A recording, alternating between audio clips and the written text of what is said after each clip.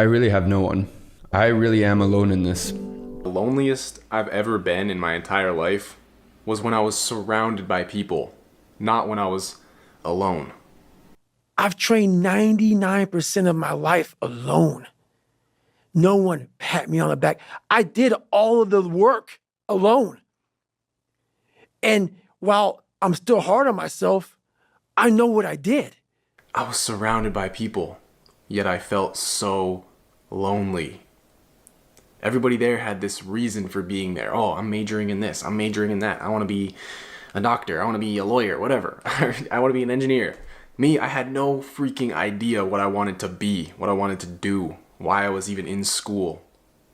Not to mention, I was like very down and depressed at this time because I was so addicted to just instant gratification. Smoking weed constantly, vaping constantly, drinking, jacking off.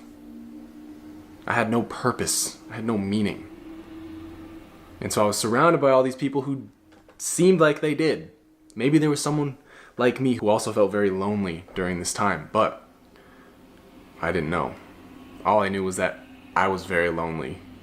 Even though I had friends in my life, I had a roommate, I had all these things going for me. Better to be alone than to be accompanied with someone bad or to have bad company. So the idea is that you have to kind of sometimes like to be with yourself. And sometimes being with other people can be a drag, can be painful. There can be people that can inflict a lot of pain on you. And so sometimes the grass is always greener. And I would often think about, and not to say that it doesn't hurt to be alone because we're a social animal, but maybe it's better that I don't have to be around all of these annoying people and I can fill my time with other things. So reading books, watching movies, etc., I'm not alone because I'm with other people, I'm with other spirits. Of course, I'm not saying this is the perfect answer, but you have to be able to like to be alone is a very important skill in life because you're inevitably going to be facing such moments.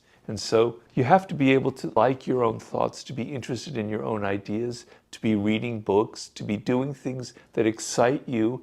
And if you're excited in your spirit, then you're not really alone. Being alone doesn't mean you're lonely. You can be alone, but not be lonely. And you can be extremely lonely, but be surrounded by good people in your life. That's just how it goes. I don't need anyone.